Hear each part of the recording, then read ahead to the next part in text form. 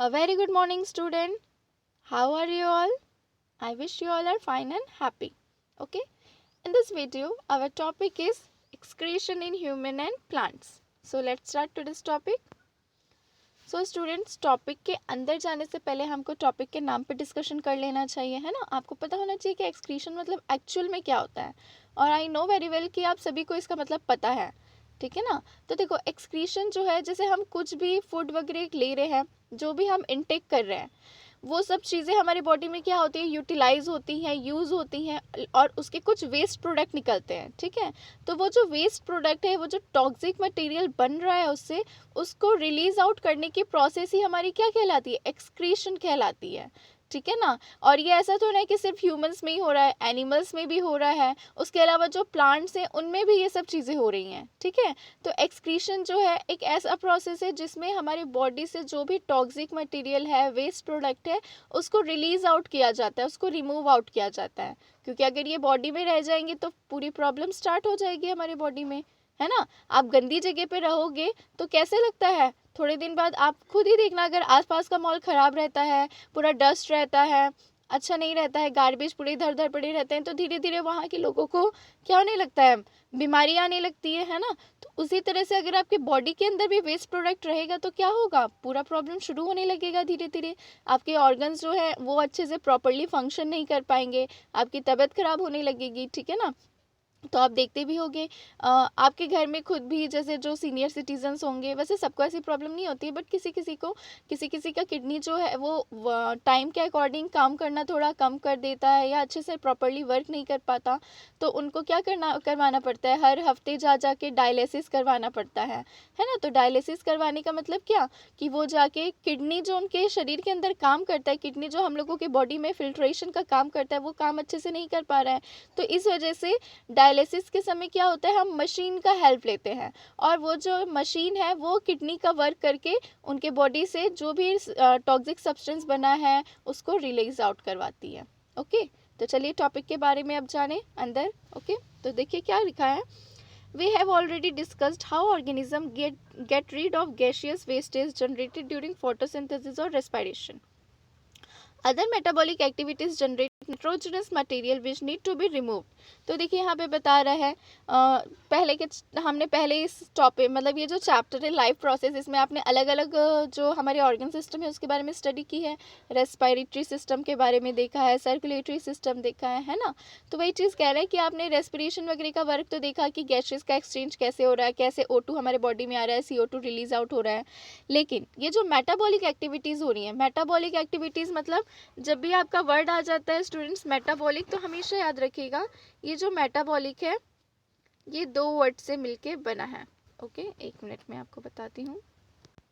Okay, तो यहाँ पे आपको दिख रहा है स्टूडेंट, मेटाबॉलिज्म जो वर्ड है वो उसमें कौन आ जाता है, कैटाबॉलिज्म और एनाबॉलिज्म, ठीक है। कैटाबॉलिज्म मतलब होता है जो भी आपने फूड लिया वो क्या होता है, ब्रेक डाउन होता है। आप देखते हो ना, आप जैसे ही फूड इनटेक करते हो तो सबसे पहले आप क्या करते हो, फूड को चबाते हो, टिथ के थ्रू उसको तोड़ते हो, ब्रेक डाउन करते हो, ठीक है। और उसके बाद फिर वो धीरे से हमारे ईसोफेगस से होते हुए स्टमक में जाता है, वहाँ पे भी उसका ब्रेक डाउन होता है। तो ये फूड का कंप्लीट मतलब ब्रेक डाउन होता रहता है, और जो ज़रूरी न्यूट्रिएंट्स है वो एब्जॉर्ब भी होते हैं, ठीक है ना। तो मेटाबॉलिज्म एक्टिविटी भी उसी समय होती है। तो मेटाबॉलिज्म में क्या होता है, कैटाबॉलिज्म जो वर्ड है उसका मतलब होता है कि फूड का ब्रेक डाउन करना, ठीक है। और उसके बाद नेक्स्ट वर्ड आता है आपका एनाबॉलिज्म। ओके, एनाबॉलिज्म मतलब उस फूड का एब्जॉर्प्शन आपकी बॉडी में, ठीक है ना।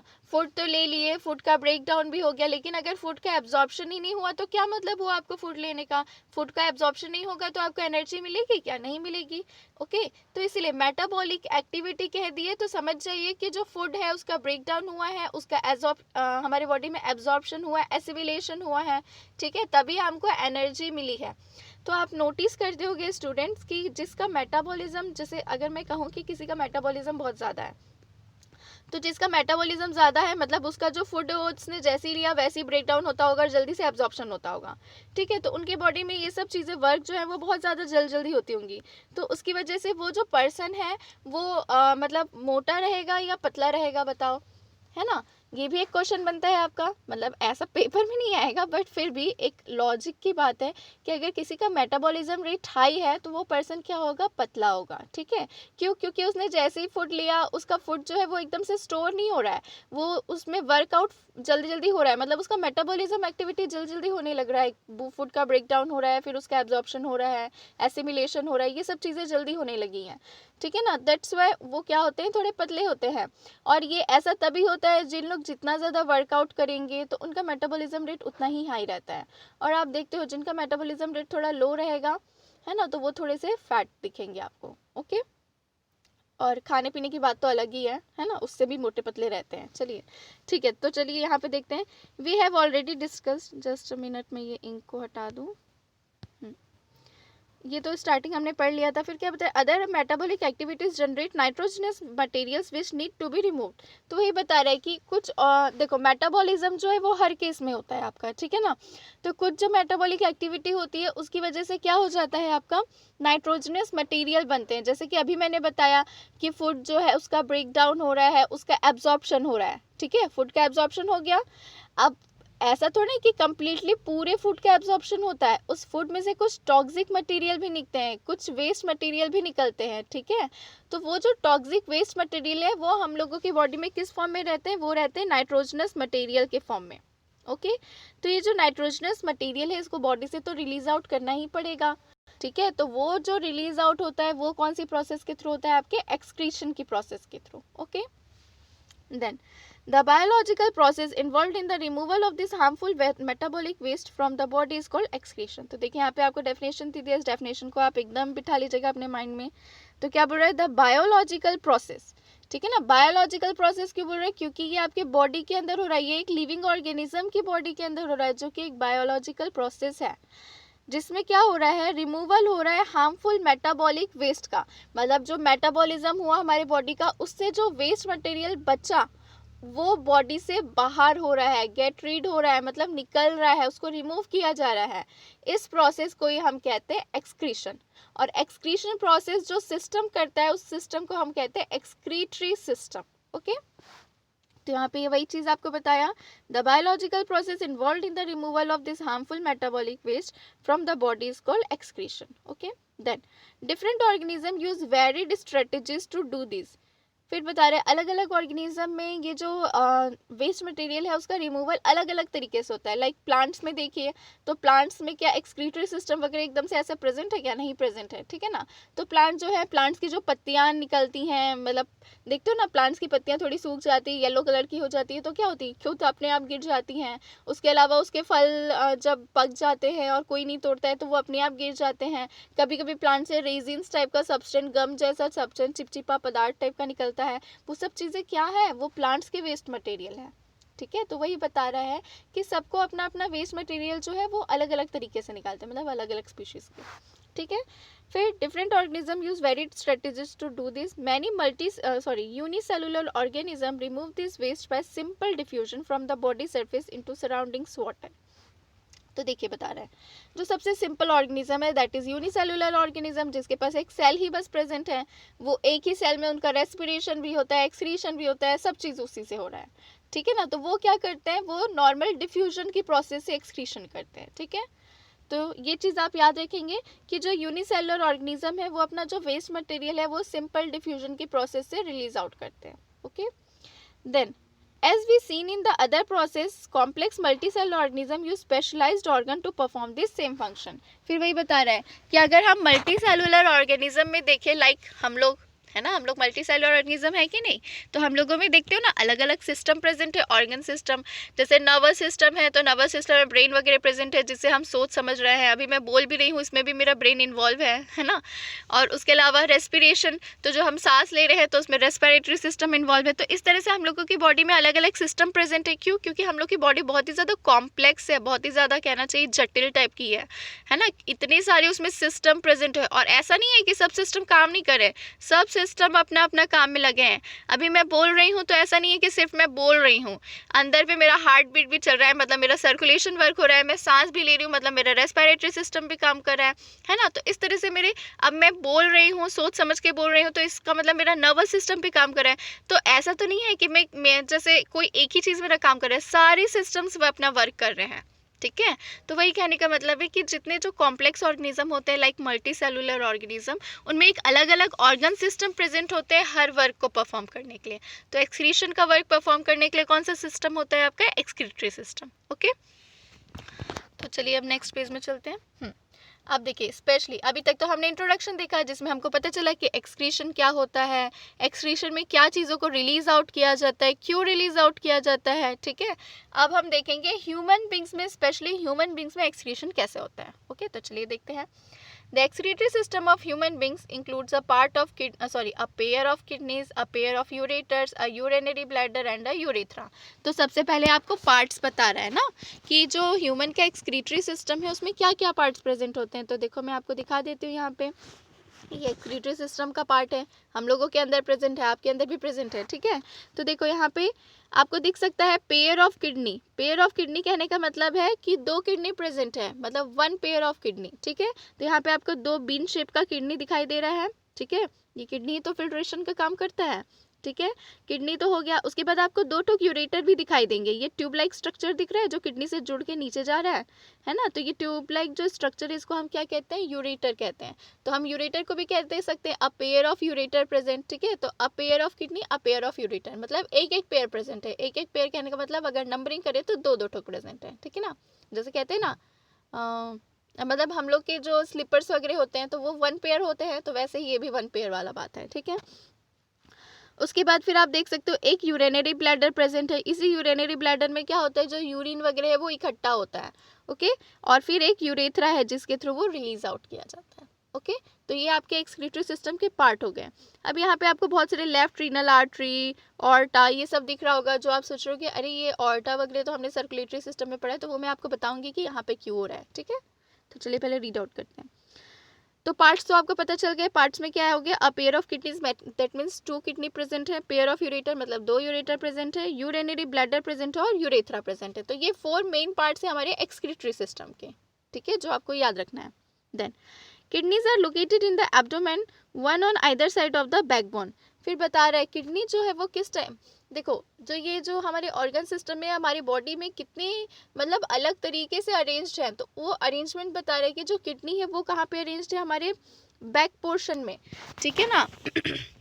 बैक पोर्शन जो है वहाँ पे किडनी प्रेजेंट है। तो इसका मतलब ये नहीं कि आप कहोगे पीठ में किडनी प्रेजेंट है, ठीक है ना।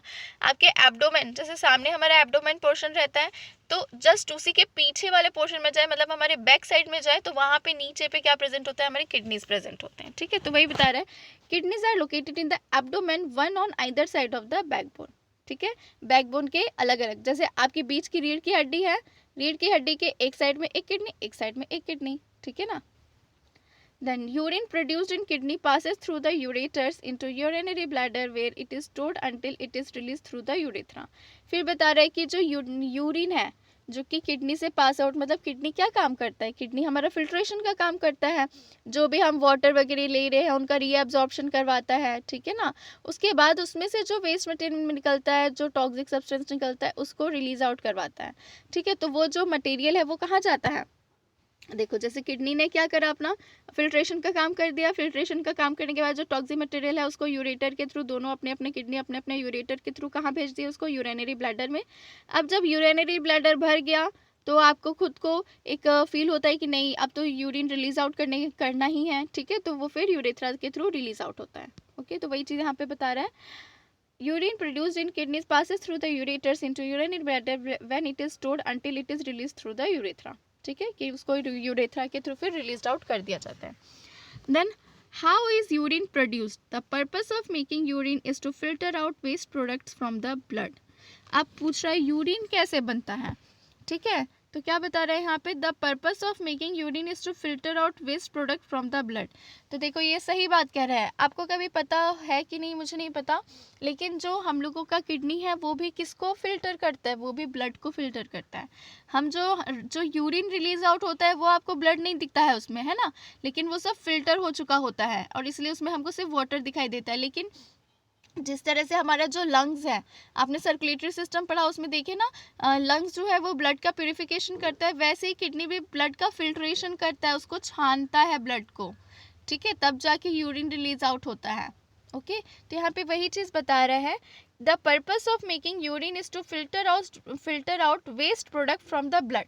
तो देखो अब ब्लड में कैसे वेस्ट प्रोडक्ट आया, आप ये सोच रहे होगे। तो देखिए बच्चे, ब्लड में वेस्ट प्रोडक्ट इसलिए आया है क्योंकि आपने क्या किया, आपने फूड इंटेक किया, वाटर इंटेक किया, ठीक है, सब चीज़ें इंटेक की, डाइजेस्टिव सिस्टम में गया, डाइजेस्टिव सिस्टम इन सब चीज़ों का डाइजेशन किया, ठीक है ना। तो ये जो डाइजेशन करने के बाद जो एब्जॉर्प्शन की प्रोसेस होती है, जो कि कहाँ पे होती है, आपके स्मॉल इंटेस्टाइन और large intestine. Large intestine water का एब्जॉर्प्शन करता है और स्मॉल इंटेस्टाइन जो है वो किसका करता है, आपका फूड का करता है, ठीक है। एब्जॉर्प्शन होने के बाद ये सब चीज़ें कहाँ एब्जॉर्ब हो रही हैं, ये हो रही हैं आपके ब्लड में ही तो जा रही हैं, है ना। अब ये सब चीज़ें ब्लड में गई, अब ब्लड का ही तो प्यूरिफिकेशन होना पड़ेगा क्योंकि ब्लड में ही तो अच्छी खराब चीज़ें गई हैं, ठीक है। तो फिर ये जो किडनी है वो भी किसका प्यूरिफिकेशन करे, किसका फिल्ट्रेशन करे, आपके ब्लड का फिल्ट्रेशन करता है। और वो पूरा छान वान के ब्लड को, मतलब उसको पूरा फिल्टर करके फिर उससे यूरिन रिलीज आउट होता है और कुछ नाइट्रोजनस वेस्ट जो प्रोडक्ट है वो भी रिलीज आउट होते हैं, ठीक है। तो यहाँ पे वही बता रहा है, the purpose of making urine is to filter out waste product from the blood, मतलब ब्लड से वेस्ट प्रोडक्ट को रिलीज आउट करना। Just as CO2 is removed from the blood in the lungs, nitrogenous waste such as urea और uric acid are removed from the blood in the kidneys। तो देखिए बिल्कुल इस चीज़ का difference याद रखिएगा, लंग्स भी ब्लड का प्यूरिफिकेशन कर रहा है, किडनी भी कर रहा है, ठीक है ना। लेकिन लंग्स किसका मतलब कैसे प्यूरिफाई कर रहा है, तो लंग्स जो है CO2 को निकाल रहा है ना, CO2 से प्यूरिफिकेशन कर रहा है, मतलब जो ब्लड है वो जो डीऑक्सीजनेटेड हो गया था उसको ऑक्सीजनेटेड कर रहा है। डीऑक्सीजनेटेड हो गया मतलब ब्लड में कार्बन डाइऑक्साइड का लेवल बढ़ गया था, तब उसको लंग्स के पास भेजा गया, लंग्स ने उस ब्लड का प्यूरिफिकेशन किया और फिर उसको ऑक्सीजनेटेड बना दिया। ऑक्सीजनेटेड बनाया तो हमारे हार्ट ने उसको हमारे पूरे बॉडी में भेज दिया, ठीक है। ऐसा वर्क आपने पढ़ा है ना हार्ट का, और अगर अभी भूल चुके होगे तो मैं बता दे रही हूँ, प्रीवियस वीडियो में जाके देख लीजिएगा, ठीक है। उसके बाद फिर यहाँ पे क्या बता रहा है, हाँ, उसी तरह से जो हमारा किडनी है वो क्या करता है, किडनी नाइट्रोजनस वेस्ट प्रोडक्ट को रिलीज आउट करवाता है, मतलब जो नाइट्रोजनस वेस्ट प्रोडक्ट है उसका फिल्ट्रेशन करता है। तो नाइट्रोजनस वेस्ट प्रोडक्ट में क्या आ जाता है, आपका यूरिक एसिड आ जाता है, यूरिया आ जाता है, ठीक है। अमोनिया भी होता है, लेकिन अमोनिया जो रहता है वो ज़्यादातर जो एक्वाटिक एनिमल्स हैं उनमें आपको देखने के लिए मिलेगा, ठीक है। तो इस चीज़ को बिल्कुल याद रखेंगे एकदम ध्यान से। Then it is then no surprise that the basic filtration unit in the kidneys, ये देखो किडनी का पूरा स्ट्रक्चर ये मैंने आपको बता दिया था। तो देखो यहाँ पे मैं आपको एक वो दिखाती हूँ, जो मैं आपको कह रही थी कि ब्लड का प्यूरिफिकेशन ये भी कर रहा है, मतलब फिल्ट्रेशन कर रहा है, नाइट्रोजनस वेस्ट को बाहर निकाल रहा है। तो देखो कैसे कर रहा है, यहाँ आप देख सकते हो क्या है सॉरी, यहाँ पे आपको एक लेफ्ट रेनल आर्टरी दिख रहा है। तो देखो जब भी वर्ड आ जाता है स्टूडेंट रीनल, तो दैट मीन्स कि ये किडनी से रिलेटेड है, मतलब ये जो आर्टरी है कहाँ पे आ रही है, किडनी में आ रही है। लेफ्ट रेनल वीन कहेगा मतलब ये वीन जो है ये किडनी से होते हुए आ रही है, ठीक है ना। अगर पल्मोनरी आर्टरी कहेगा तो वो कहाँ से आ रही है, लंग्स से। पल्मोनरी वेन कहेगा तो वो कहाँ से आ रही है, लंग्स से। तो याद रखिएगा ये वर्ड्स मैंने बहुत बार आपको बताया कि पल्मोनरी वर्ड यूज़ होता है आपके लंग्स के लिए, रेनल वर्ड यूज़ होता है आपकी किडनी के लिए। ऐसी अगर गैस्ट्रो वर्ड बोल दिए मतलब स्टमक से रिलेटेड है, या गैस्ट्रो इंटेस्टाइनल बोले तो इंटेस्टाइन से रिलेटेड है, ठीक है ना। तो इसलिए बायोलॉजिकल टर्म्स जो रहते हैं थोड़े अलग अलग 2-3 वर्ड्स रहते हैं एक ही चीज़ के लिए। तो प्लीज़ ये सब चीज़ों को रिमेंबर करके रखेंगे तभी ईजी होगा आपको ये सब चीज़ें पढ़ने के लिए, ठीक है। बाकी पढ़ तो आप अपने बॉडी का रहे हो तो इंटरेस्ट के साथ पढ़िए कि कैसे वर्क हो रहा है आपके बॉडी में, ठीक है ना। जब आप खाना खाते हो, पानी पीते हो, तो ऐसे सोचा करो अरे अब क्या हो रहा होगा, हाँ हमारा मेटाबॉलिज्म हो रहा होगा, ये हो रहा होगा, वो हो रहा होगा। तो ये सब चीज़ें याद करने में ज़्यादा हेल्पफुल होगा आपको, ठीक है। तो देखो यहाँ पे क्या बता रहा है, ये लेफ्ट रीनल आर्टरी। तो लेफ्ट रीनल आर्टरी ने क्या किया, जो गलत मतलब जो ब्लड जो प्यूरिफाई नहीं है, ठीक है, उस ब्लड को कहाँ पे लेके आता है, ये किडनी में लेके आया, ठीक है, पूरे बॉडी से किडनी में लेके आया। किडनी ने ब्लड का प्यूरिफिकेशन किया, और ब्लड का प्यूरिफिकेशन होने के बाद वो लेफ्ट रेनल वेन से जो है वो आपके ऑर्टा में, और ऑर्टा तो पूरे बॉडी में ही ब्लड पहुंचाता है, ये आपको पता है, ठीक है। तो वही चीज़ें यहाँ पे बताई जा रही हैं, तो उसको हम और अच्छे से पढ़ेंगे। अब इधर देखिए, कहाँ गया, क्या पढ़े थे। It is then no surprise that the basic filtration unit in the kidneys like in the lungs. तो वही बता रहा है कि जिस तरह से लंग्स हमारा काम करता है वैसे ही हमारा किडनी भी काम कर रहा है, ठीक है। Is a cluster very thin walled blood capillaries. तो बता रहा है लंग्स में बहुत सारे thin walled blood capillaries present होते हैं। Each capillary cluster in the kidney, और किडनी में भी, सॉरी, है ना, किडनी में प्रेजेंट होते हैं ये कैपिलरीज जो होते हैं, पतले पतले नैरो ट्यूब होते हैं, ठीक है। ये भी एक तरह से ब्लड वेसल्स ही हैं। तो बता रही each capillary cluster in the kidney is associated with cup shaped and of coiled tube called Bowman's capsule. तो देखो यहाँ पे बता रहा है कि जो कैपिलरी क्लस्टर, मतलब कैपिलरी का पूरा जो क्लस्टर है, जो वो इकट्ठा हुए हैं किडनी में, वो क्या बोलते हैं, एक कप शेप कॉइल ट्यूब रहता है जिसको हम कहते हैं बाउमेंस कैप्सूल। इससे जाके इसमें जाके इकट्ठा होते हैं, ठीक है ना। तो ये स्ट्रक्चर के थ्रू मैं आपको बताती हूँ। तो देखो स्टूडेंट्स, यहाँ पे आपको ये बाउमेन कैप्सूल दिख रहा है, ठीक है, येलो कलर का गोल सा, ठीक है। ये जो बाउमेन कैप्सूल है इसमें बहुत सारा क्लस्टर होता है कैपिलरीज का, यही कैपिलरीज ब्लड वगैरह, ब्लड जो है उन सब चीज़ों को रखी रहती है, ठीक है। तो ये देख लो आप, जो ये है आपका, that is your Bowman's capsule, okay. जो सामने पे आपको कप लाइक स्ट्रक्चर दिख रहा है इसी को हम कहते हैं बाउमेन्स कैप्सूल, ठीक है। फिर आगे देखते हैं क्या बता रहा है। each capillary cluster in the kidney is associated with cup shaped end of coiled tube called Bowman's capsule, ठीक है। तो ये तो समझ में आ गया ना, Bowman's capsule में बहुत सारे ब्लड वेसल्स जो है प्रेजेंट होते हैं, दैट इज कैपिलरीज वगैरह प्रेजेंट होते हैं। और Bowman's कैप्सूल का शेप कैसा होता है, कप जैसा स्ट्रक्चर होता है, कप देखते हो ना, उसी जैसा। फिर each kidney has large number of this filtration unit called nephron packed close together. तो ये बहुत इंपॉर्टेंट क्वेश्चन है, 1 मार्क्स में आपको आता है। यूनिट ऑफ किडनी क्या है, तो वो क्या है आपका, नेफ्रॉन है। और देखिए स्टूडेंट्स, जो है ना वो 2 वर्ड में कंफ्यूज हो जाते हैं। एक होता है आपका नेफ्रॉन जो कि किसका यूनिट है, जो कि यूनिट है आपके किडनी का, और एक होता है आपका न्यूरॉन। तो न्यूरॉन जो है ये किसका यूनिट है, ये आपके नर्वस सिस्टम का यूनिट है। तो दोनों एन से है ना, तो थोड़ा सा कन्फ्यूजन हो ही जाता है, तो लेकिन आपको कन्फ्यूज नहीं होना है बच्चे। न्यूरॉन यानी नर्वस सिस्टम, नेफ्रॉन यानी किडनी, ठीक है। नेफ्रॉन जो है वो किडनी का ये बेसिक यूनिट है, और न्यूरॉन जो है वो आपका नर्वस सिस्टम का है, ठीक है। तो इस चीज़ को प्लीज़ याद रखिएगा, गलत मत करिएगा पेपर में। देन वही बता रहे each kidney has large number of this filtration unit called nephrons packed close together. फिर बता रहे हैं कि जो किडनी है उसका बेसिक यूनिट नेफ्रॉन है, ये नेफ्रॉन से ही बनी होती है किडनी, और ये जो नेफ्रॉन होते हैं ना ये बहुत ज़्यादा क्लोजली एसोसिएटेड होते हैं। तो ये जो आप यहाँ पे स्ट्रक्चर देखे थे ना साइड में, ये किसका स्ट्रक्चर है, ये आपके नेफ्रॉन का स्ट्रक्चर दिखा रहा है। ये ऐसे मिलियंस ऑफ नेफ्रॉन आपके किडनी में प्रेजेंट होते हैं, एक सिंगल किडनी में ऐसे मिलियंस ऑफ नेफ्रॉन प्रेजेंट होते हैं, और यही नेफ्रॉन मेन फंक्शन करते हैं, जिसको हम कहते हैं कि किडनी ये कर रहा है, किडनी वो कर रहा है। तो किडनी के अंदर ये नेफ्रॉन है जो वो काम कर रहा है, ठीक है ना। तो फिर देखो क्या बता रहा है, each kidney has large number of this filtration unit called nephron packed close together. Some substances in the initial filtrate such as glucose, amino acid, salt and major amount of water are selectively reabsorbed as the urine flows along the tube. फिर बता रहा है कि जो filtration होता है उसमें होता क्या है एक्चुअल में, बॉबेस कैप्सूल में तो बहुत सारे ब्लड वेसल्स आपके होते ही हैं, ठीक है ना। ब्लड वेसल्स में क्या होंगे, ब्लड होंगे, क्योंकि ब्लड वेसल्स क्या काम करता है, ब्लड को कैरी करने का काम करता है, ठीक है। तो ब्लड में भी कुछ नाइट्रोजनस वेस्ट वगैरह होंगे, ठीक है। तो उसका भी काम कौन कर रहा है, जो आपका नेफ्रॉन है वो उसको फिल्टर कर रहा है। तो देखो होता क्या है, ये आपका बाउमेंस कैप्सूल आ गया। बाउमेंस कैप्सूल के अंदर ये जो नेटवर्क ऑफ कैपिलरीज है ना उसको हम कहते हैं ग्लोमेरुलस। वर्ड्स को बिल्कुल ध्यान दीजिएगा, तभी याद होगा आपको स्ट्रक्चर। ये आपको नेफ्रॉन दिखा, सॉरी, ये पूरा स्ट्रक्चर किसका है, नेफ्रॉन का है। ये नेफ्रॉन किसके अंदर प्रेजेंट होता है, आपकी किडनी के अंदर प्रेजेंट होता है, ठीक है। इतना तो समझ में आ गया। अब देखो क्या है, ये बाउमेंस कैप्सूल है जो कि कैसा शेप का होता है, कप शेप का। इसका स्ट्रक्चर ना कुछ इस तरीके से होता है, मैं बताती हूँ। अरे इसका स्ट्रक्चर जो है ना बच्चे वो इस तरीके से होता है, ठीक है। ये हो गया आपका बाउमेंस कैप्सूल। इस बाउमेन कैप्सूल के अंदर होते हैं बहुत सारे कैपिलरीज, आर्टरीज, ठीक है, जो कि ब्लड को कैरी करके रखते हैं, ठीक है। अब ये बाउमेन कैप्सूल के अंदर जो ये कैपिलरीज का नेटवर्क है ना, ये जो रेड कलर का मैंने बनाया है ना, इसको हम कहते हैं ग्लोमेरुलस, ठीक है, और ये जिसके अंदर है इसको हम कहते हैं बाउमेन्स कैप्सूल। तो याद रखिएगा, बाउमेन कैप्सूल के अंदर ग्लोमेरुलस होता है, और ये ग्लोमेरुलस क्या होता है, कुछ नहीं होता है, बस कैपिलरीज होता है, नेटवर्क। ठीक है, नेटवर्क ऑफ कैपिलरीज प्रेजेंट होते हैं जिसमें ब्लड प्रेजेंट होता है। ओके, फिर क्या बता रहा है, अब आपको यहाँ पे रेड कलर का कुछ ट्यूबलाइक स्ट्रक्चर दिख रहा होगा, ब्लू कलर का दिख रहा होगा। तो जो रेड कलर का है वो क्या है, ब्रांच ऑफ रीनल आर्टरी।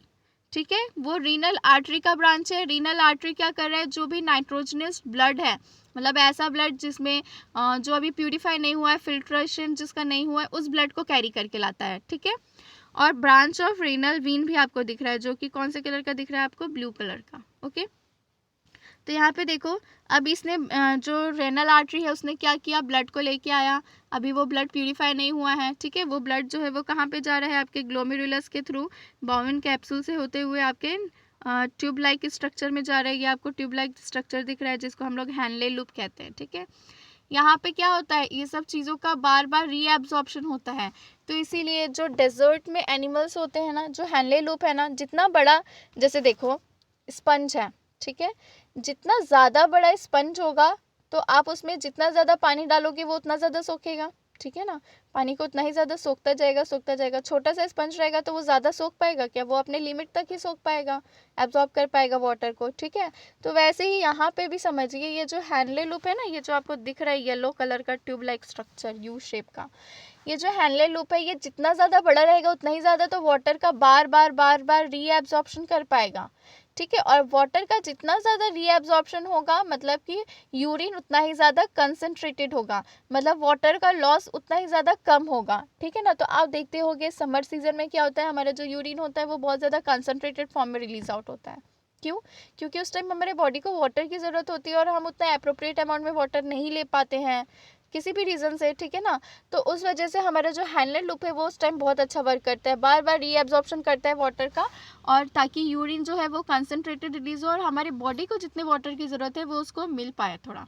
ठीक है, तो जो डेजर्ट एनिमल्स में जो डेजर्ट में एनिमल्स होते हैं ना, आप देखते हो डेजर्ट में वाटर की वैसे ही स्कार्सिटी होती है और धूप बहुत ज़्यादा तेज़ होती है, पूरा तो सैंड रहता है वहाँ पे। ठीक है, तो वहाँ का टेम्परेचर ज़्यादा होने की वजह से क्या होता है, वहाँ के जो एनिमल्स होते हैं ना, उनमें भी कुछ इस तरीके के एडेप्टेशन हो जाते हैं। तो उनका जो हैनले लूप होता है, जैसे कि एग्जांपल ले लो कैमल का, है ना, तो उसका जो हैनले लूप होगा ना वो और भी ज़्यादा ब्रॉड होता है, और भी ज़्यादा बड़ा होता है, ताकि उतना ही ज़्यादा वाटर का रीएब्जॉर्प्शन हो पाए उसके अंदर। ठीक है, जितना ज़्यादा वाटर का रीएब्जॉर्प्शन होगा उतना ज़्यादा ही उसको पानी की कमी महसूस नहीं होगी, क्योंकि पानी उसके अंदर है, और यूरिन जो है उतना ही ज़्यादा कंसनट्रेटेड फॉर्म में रिलीज आउट होगा। ठीक, तो यहाँ पे वही चीज़ बता रहा है, each kidney has a large number of this filtration unit called nephron packed close together. Some substances of initial filtrate such as glucose, amino acid, salt and major amounts of water are selectively reabsorbed as the urine flow along the tube. तो देखो यहाँ पे क्या बता रहा है कि जैसे कि जो वाटर है या जो हमारा ब्लड है उसमें क्या प्रेजेंट होता है, ग्लूकोज है, अमाइनो एसिड्स है, ग्लूकोज कार्बोहाइड्रेट का फॉर्म है, अमाइनो एसिड आपका प्रोटीन का है ना, उसके अलावा सॉल्ट और कुछ major amount of water present होते हैं। इन सब चीज़ों का क्या होता है, सिलेक्टिवली रीअब्जॉर्प्शन होता है। तो ये सिलेक्टिवली रीअब्जॉर्प्शन क्यों कह रहा है, क्योंकि सिलेक्ट करके ही तो रीअब्जॉर्ब कर रहे हैं ना भाई, सब चीज़ों को रीअब्जॉर्ब कर रहे हैं क्या, नहीं, किस किस चीज़ को रीअब्जॉर्प्शन हो रहा है, ग्लूकोज का हो रहा है, अमाइनो एसिड्स का हो रहा है ना, तो इन सब चीज़ों का, सॉल्ट का रीअब्जॉर्प्शन हो रहा है। तो इन सब चीज़ों को सिलेक्ट करके तो रीअब्जॉर्प्शन क्या जरूरी है, रीअब्जॉर्प्शन हो कहाँ रहा है, आपके हैनले लूप में हो रहा है। ठीक है, जो मैंने अभी आपको दिखाया यू शेप का ट्यूब लाइक स्ट्रक्चर था, that is your Henle's loop. Okay, then क्या बता रहा है, selectively reabsorbed as the urine flow along the tube.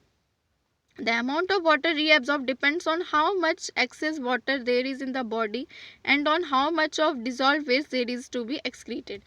तो वही बता रहा है कि ये जो रीएब्जॉर्प्शन है ना, ये डिपेंड करता है कि आपके बॉडी में कितना ज़्यादा एक्सेस वाटर है या कितना ज़्यादा कम वाटर है। ठीक है, अगर आपके बॉडी में कम पानी होगा, कम वाटर होगा, आप ज़्यादा पानी नहीं पीते होगे दिन भर में, तो आपके जो हैनले लूप है वो ज़्यादा से ज़्यादा रीअब्जॉर्प्शन करता होगा और यूरिन जो है वो उतना ही ज़्यादा कंसनट्रेटेड फॉर्म में रिलीज होता होगा। ठीक है ना, लेकिन अगर आप एक्सेस अमाउंट में वाटर ले रहे हो, मतलब वाटर अच्छा खासा ले रहे हो, तो एब्जॉर्प्शन की प्रोसेस थोड़ी कम हो जाती है। ठीक है ना, जो रीएब्जॉर्प्शन की प्रोसेस है कम हो जाती है। क्यों, क्योंकि अरे हैनले लूप को तो पता चल गया भाई, अरे वाटर तो है हमारी बॉडी में, तो मैं उतना ज़्यादा क्यों रीएब्जॉर्प्शन करूँ, दैट्स व्हाई। ठीक। Then the urine forming in each kidney, मैं आगे तो नहीं बढ़ गई ना, हाँ। The urine form in each kidney eventually enters a long tube the ureter which connect the kidneys with the urinary bladder. Urine is stored in the urinary bladder. तो देखो सबसे पहले यहाँ पे किडनी का आपका बता दिया है कि जो यूरिन है वो हर एक किडनी में फॉर्म होता है, लॉन्ग ट्यूब यूरेटर से होता हुआ आता है, ठीक है, और फिर यूरिनरी ब्लैडर में आता है। यहाँ स्ट्रक्चर मैंने दिखाया था ना, ये जो आपका किडनी है, किडनी में क्या प्रेजेंट है, नेफ्रॉन प्रेजेंट है। नेफ्रॉन ने अपना काम किया भाई, नेफ्रॉन ने अपना काम कैसे किया, तो आपने देखा बाउमेंस कैप्सूल था, बाउमेंस कैप्सूल के अंदर बहुत ज़्यादा कैपिलरीज के नेटवर्क थे जिसमें ब्लड वगैरह था, ठीक है। अब ये बाउमेंस कैप्सूल से जो है वो सब चीज़ें कहाँ पे जाती है, आपके हैंडले लूप में जाती है। हैंडले लूप में उसमें ग्लूकोज, एमाइनो एसिड, मतलब जो भी चीज़ें हमारे लिए अच्छी हैं उन सब चीज़ों का रीएब्जॉर्प्शन होने लगता है, ठीक है ना। तो ग्लूकोज तो अच्छा ही हमारे लिए, कार्बोहाइड्रेट एनर्जी देता है। एमाइनो एसिड प्रोटीन का फॉर्म है, वो भी हमारे बॉडी को बिल्डअप करने में हेल्प करता है, ठीक है। और सॉल्ट का कंसंट्रेशन भी हमारे बॉडी में रहना चाहिए। तो ये सब चीज़ें जो ज़रूरी चीज़ें उसका कौन रीअब्जॉर्प्शन कर लिया, हैंडले लूप रीअब्जॉर्प्शन कर लिया, ठीक है ना। तो ये सब चीज़ें हुई कहाँ, आपके नेफ्रॉन में हुई, ठीक। तो ये नेफ्रॉन प्रेजेंट कहाँ था, किडनी में था, ठीक है। तो फिर से हम वापस कहाँ आ गए, किडनी में आ गए।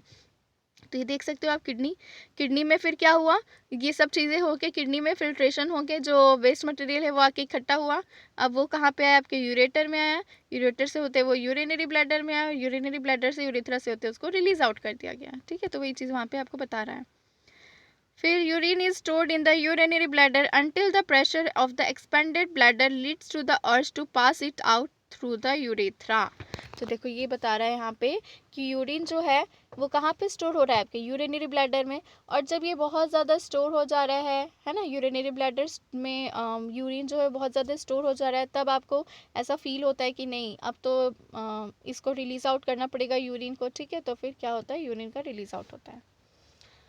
The bladder is muscular, so it is under nervous control as we have discussed elsewhere. As a result, we can usually control the urge to urinate.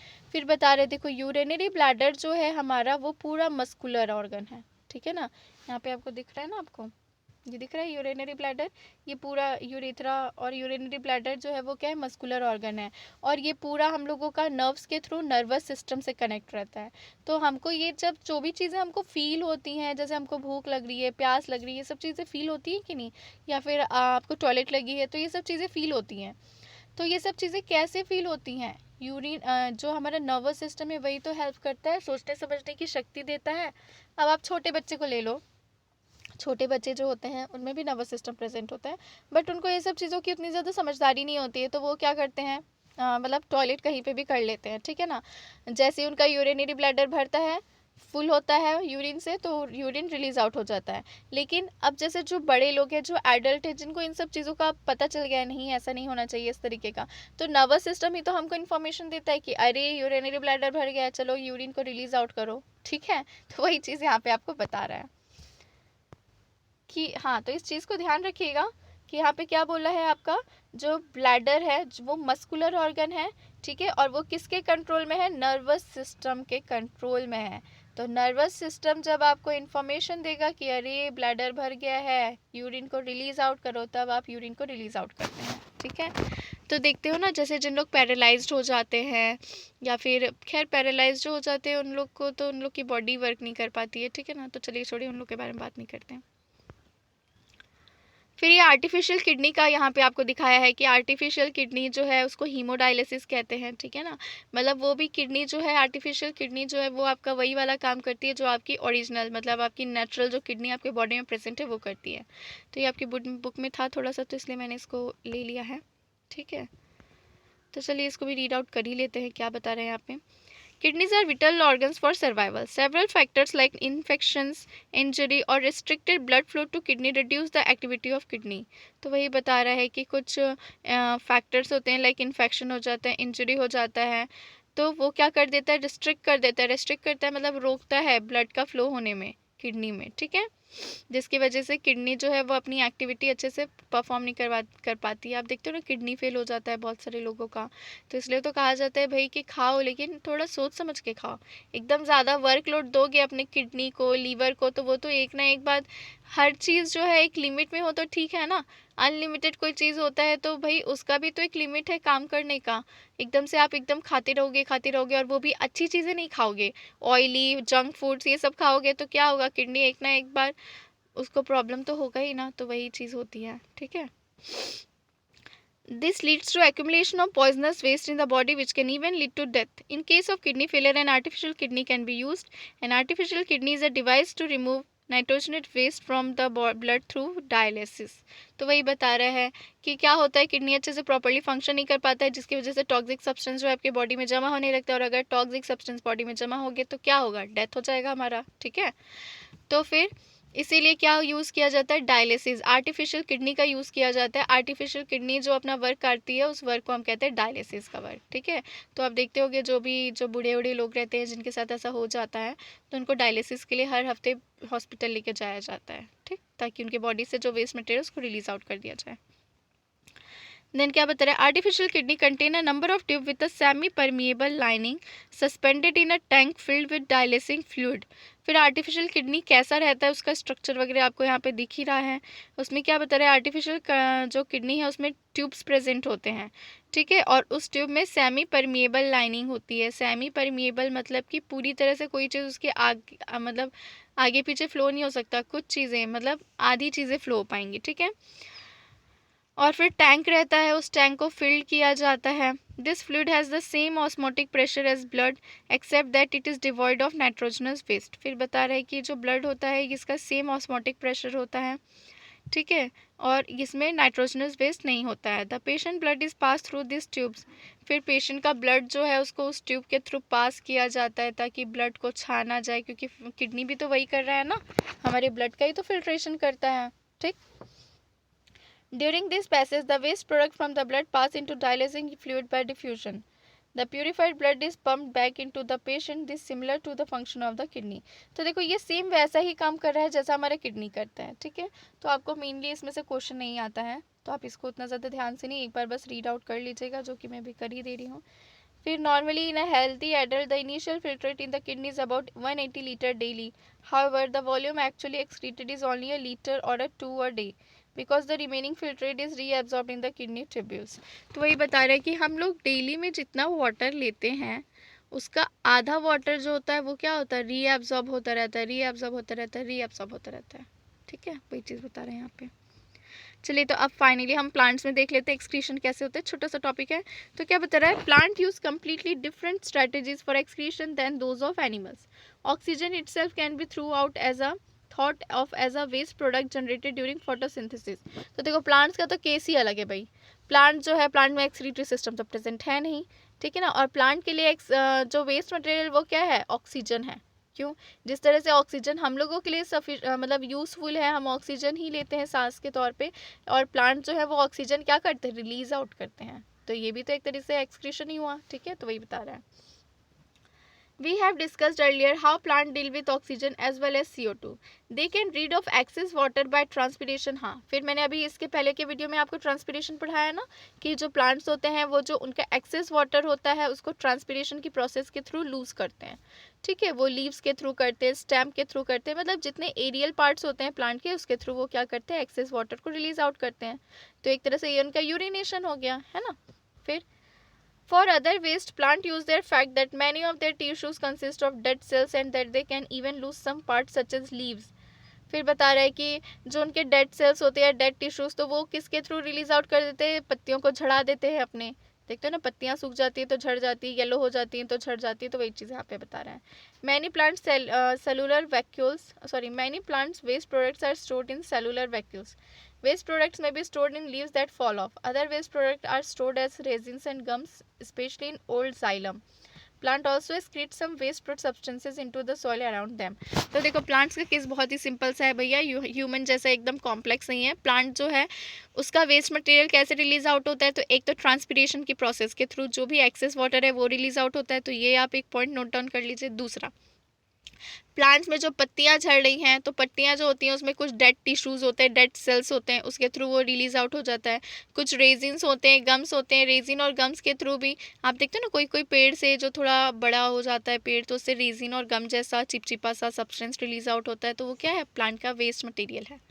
ठीक है, तो वही चीज़ बता रहा है कि प्लांट्स इस फॉर्म में अपने वेस्ट मटेरियल को रिलीज आउट करता है। उसके अलावा प्लांट थोड़ा सा सॉइल में भी वेस्ट मटेरियल रिलीज करता है, ठीक है ना।